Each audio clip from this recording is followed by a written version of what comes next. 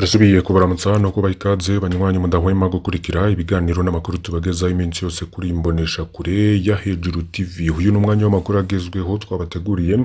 Turi mu gitondo cyo kuri uyu wa kane kw'igenekezo rya 10 kwezi kwa kane 2025, aho muri hose turabahaye kaze waba dukurikiye uri mu Burundi mu ntara zitandukanye no mu bisagara. Turabaramukije abari Bujumbura hamwe n'Igitega, mwoba mumerewe gute? Kiricushikiriza muri commentaire.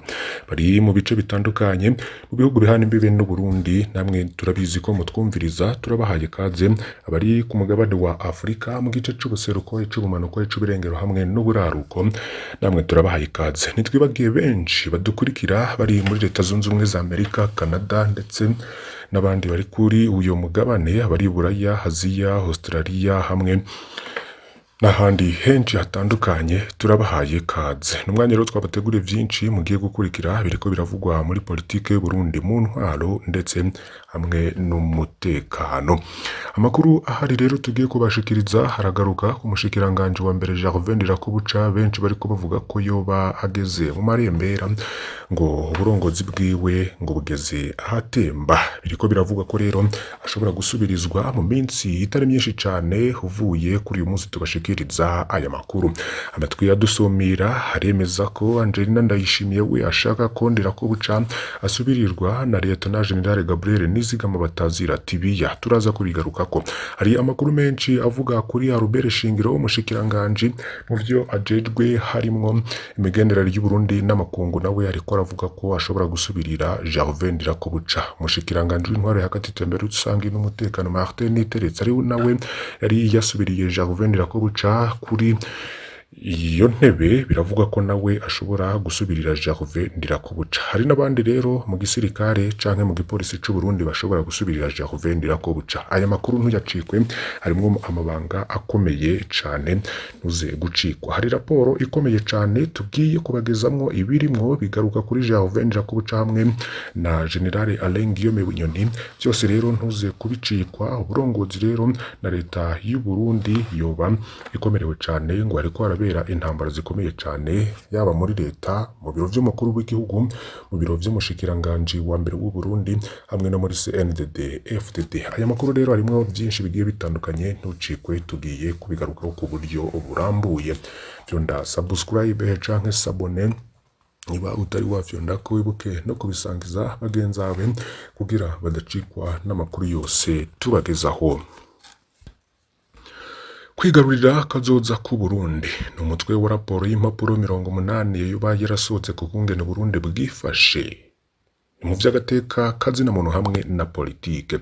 Iyo raporo yitwa Mémuse sur l'avenir du Burundi mu rurimi rw'igifaransa. Ibitari bike mu bigizi raporo rero tukaba tugiye kubigarukako.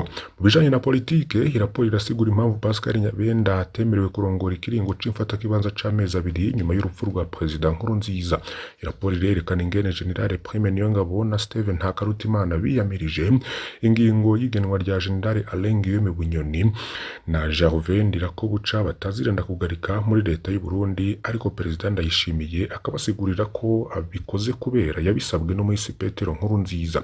Bivuze ko abashikiranganje ba mbere kuri leta ya Varisito Ndayishimiye bompi boba bariyamirijwe imbere yuko baja muri leta yiwe.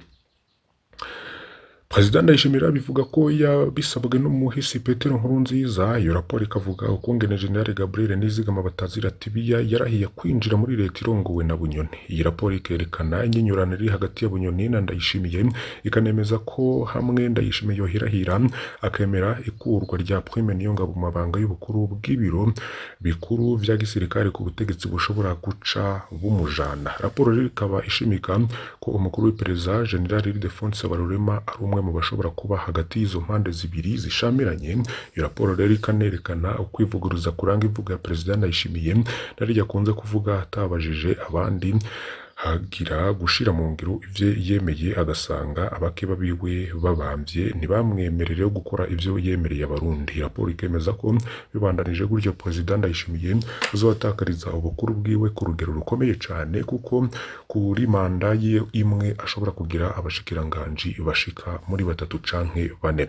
Raporo iravuga cane ku mabi yaranze General Alain Guillaume Bunyoni na Jean Irakobuca aho bagiye baraca hose. Raporo yerekana ko bigoye rwose ko hobaho impinduka mu Burundi. Abo bagabo babiri rero bagumye bashirwa imbere, naho Bunyoni na Ndakugarika bafatwa nk'abacuditse, nubwo Bunyoni ari mwibohero kandi bahuriye ku mabi menshi no kudindiza ubutegetsi byakozwe kuva muri 2015. Iraporo rero inashiraho ubudasa hagati y'abagabo babiri. Alain Guillaume Bunyoni azwi nk'umuntu yikunda cyane kuva kiri ku rugamba, akunda amahera ku rugero rutangaje, atagira impuhwe na zikeyi, akengera bagenzi be kandi n'amayeri menshi cyane, arazi kwiyorobeka ku buryo amenya gukoresha abandi hageze ivyaha bikomeye, maze ukuboko kwiwe ntigushoboke kuboneka. Bunyoni azwi ko atigera yemera kuguma mu mbibe z'amabanga yiwe, yama akeneye ibisumba ivyo agezemwo, asanzwe kandi yinubwa rwose nabo barikendanye, ariko nawe akaba yaramanye amayeri yo gucunga abansi afise muri CNDD FDD. General Ndakugarika rero uba yaramusubiriye ku bushikiranganje bwa mbere bw'u Burundi, we muri iyo raporo avugwa nk'umwicanyi karuhare watagira ikinya, we nyene afata inko akica n'abantu atitwararitse abamubona.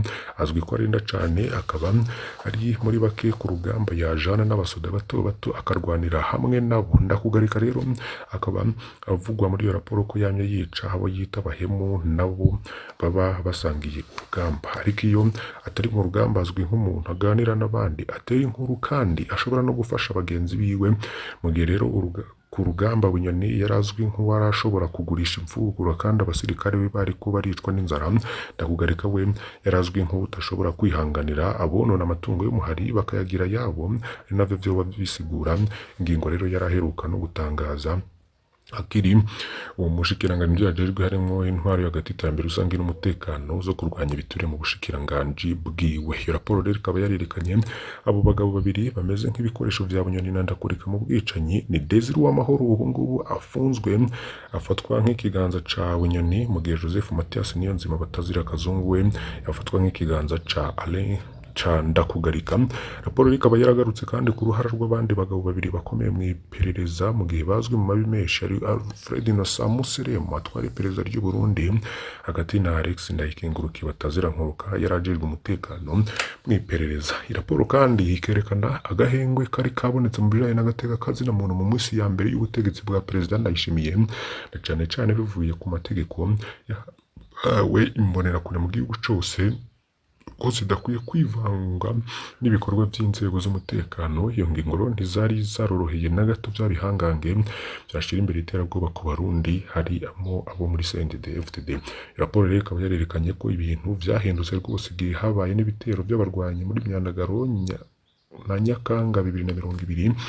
Raporo rero ikaba yarerekanye ko imbonerakure zaho amategeko mashasha mbere na President Ndayishimiye akaba yarivugurujaho yari aheruka no kuzihamagarira gushirira, bikaboneka nk'intsinzi y'abashira imbere iterabwoba. Kuva ubwo rero by'agateka ka muntu vyarasubiye no kuyangara. Iyo raporo ikaba yaragirize n'abarwanyi kuba barisha abanyagihugu. Raporo rero ikaba igaruka no ku gacerere ka CNL n'umukuru wayo nyuma y'amatora ya 2020, bikaboneka ko demokarasi igeze ahatemba kubera igihugu kiriko ciganzirwa n'akarugi gatoya ko muri CNDD FDD. Raporo rero ikaba irashimitse ku nguvu Tanzania isigaye ifise mu Burundi, aho wahoze atwara Tanzania Jakaya Kikwete asa n'uwagize uruhara mu igenwa ry'abategetsi bamwe bakomeye.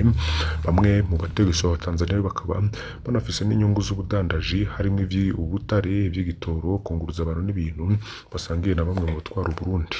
Turisira imbere rero kazobaha n'amakuru kuri imbonesha kure ku bijanye n'inkuru zirambuye zibiri muri iyo raporo. Abazi igifaransa rero bakaba bashobora no kuyibona ku mbuga ngurukana bumenyi. Naho rero ku kijanye no gusubirira Gervais Ndirakobuca mu masoko yemwegereye haravuga ko aruhijwe no gufatwa nabi, bakavuga ko intumbero yo gutanga imihoho yoba yarayimenyesheje bamwe mu bihanganye mu butegetsi, ariko ntawuzi ko yokubahuka kuvuga ku mugaragaro ko atanze imihoho nk'uwabaye umushikiranganje wa mbere muri Nyakanga 2006 ni Alice Nzomukunda. Ibyo rero abikoze no kwiyahura kuko rimwe mu masoko yacu mu iperereza ryoba ryaratubwiye ko biteguye guhagarika Gervais ko bucamwe yoherahira agatangaza ko atanze imihuho kadatanze imibare akaba azorindira ico perezida Ndayishimiye azomukoza aho azoshakira mu kurindira rero nuko Gervais ko buca azoba aramutirura nkuko nawe yavyifurije abarundi cane mu birabana no kwiyunguruza.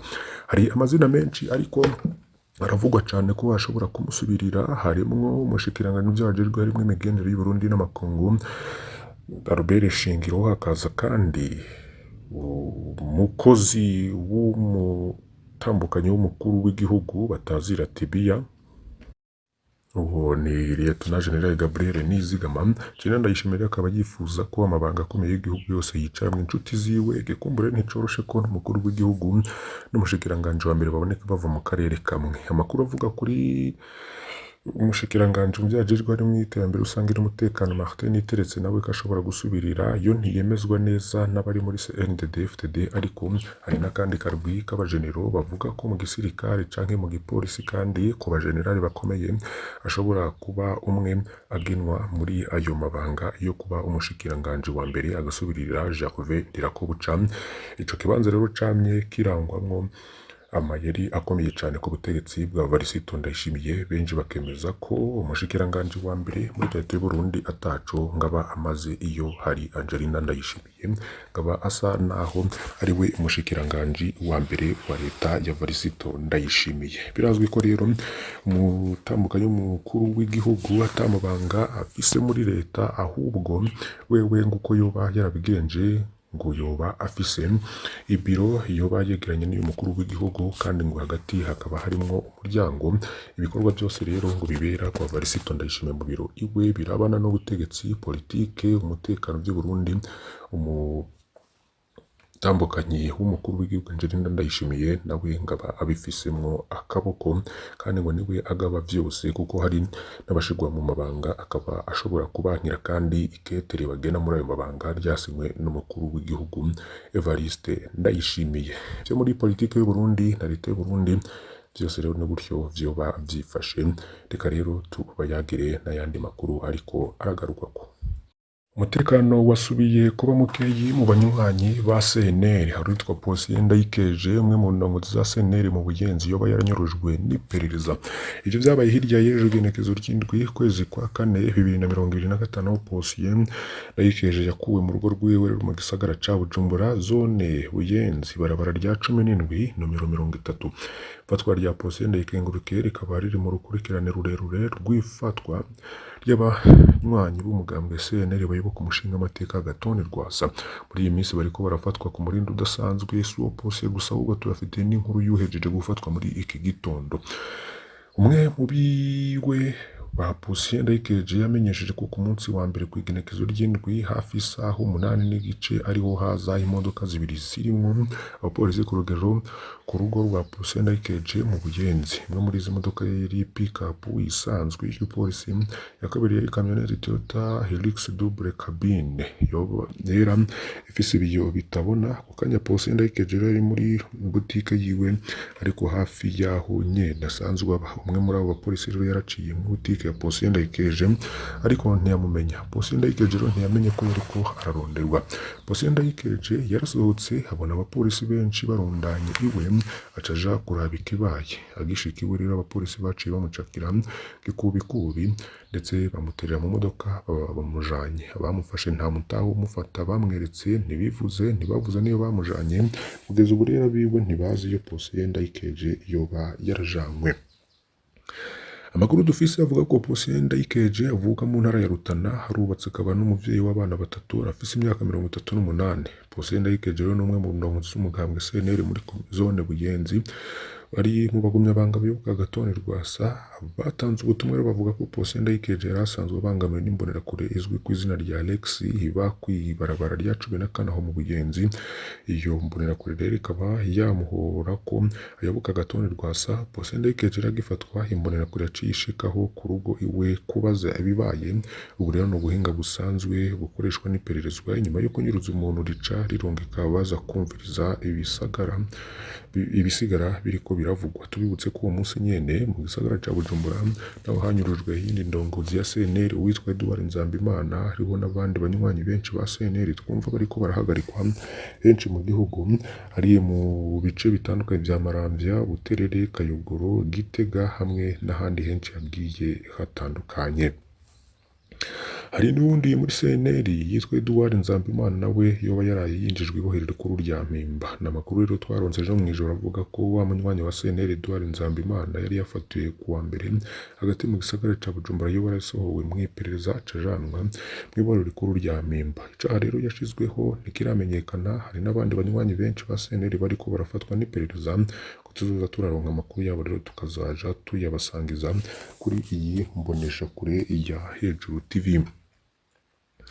Muri kaminuza y'u Burundi abanyeshuri batakamba ngo baronswe ya ngurane bafasha kubaho yitwa Preprousse, nuko mu myaka 2 ya Bac D na Bac 3 bavuga ko babangamiwe kurusha abandi. Ubu rero bakaba barinje mu kwezi kugira 4 bataronka iyi ngurane. Abategetsi rero batwara kaminuza, abo mu biro vya bourse stage nabo mu bushikiranganji bw'ikigega ca leta ngo baje baritwararika kino kibazo. Kubangi Bujumbura ameza ni ataki gusahiriza biragoye cane, ngo abana Burundi bariko baricwa kandi ushobora no gusanga amahera ahari.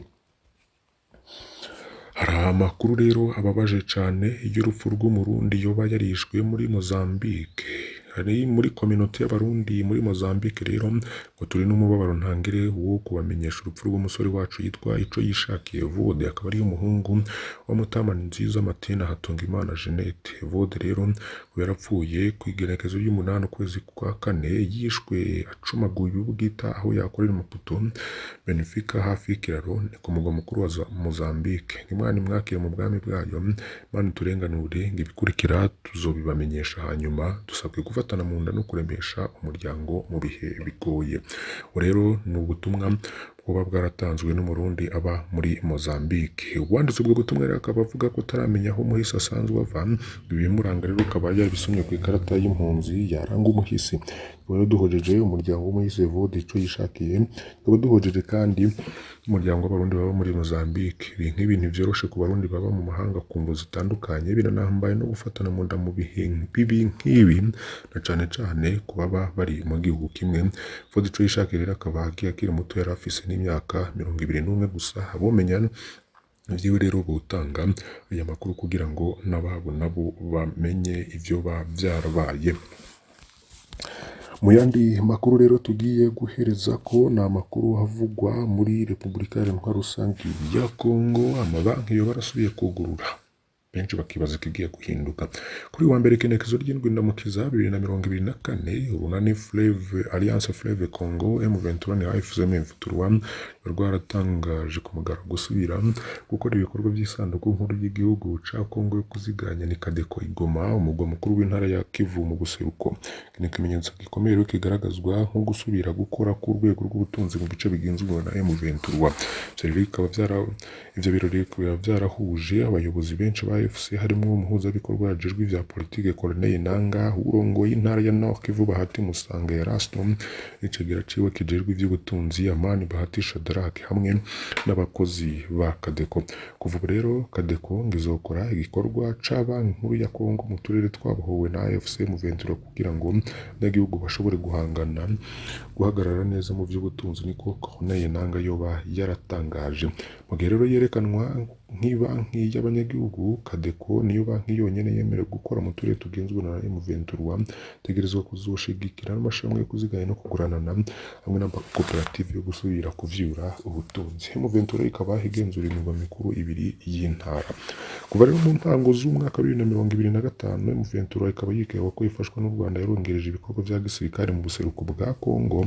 Muri nzeri babo baroberi bigaruriye Goma, muri Ruhuhuma barabandanije gushika i Bukavu, umugwa mukuru wa Sud Kivu. Izo ntsinzi za gisirikare zatumye ingabo za FARDC zikura mu birindiro bitandukanye kandi bikomeye. Kugenzura imigwa mikuru 2 y'intara bikozwe n'umugwi w'abaroberi ni ihinduka rikomeye mu ntambara.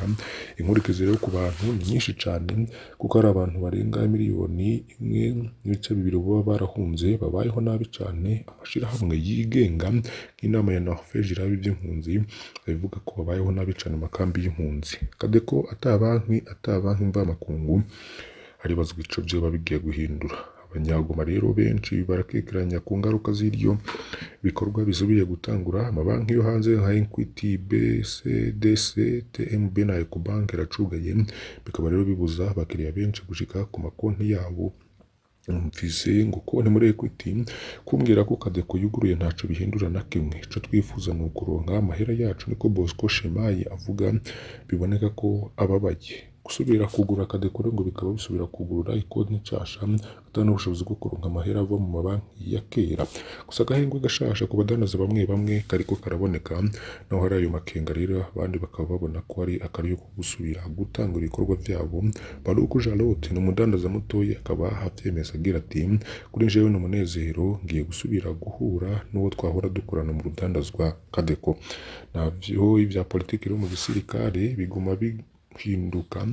Kadeko ikaba ica ibigikoresho cyo gusubiza ku rutondo ubutunzi mu turere tugezurwa na M23, bakaba hasigaye kumenya nimba ivyo bizoba bihagije kugira ngo abantu bakozwe ko n'intambara basubirane umwizero kandi bashikame mu vy'ubutunzi.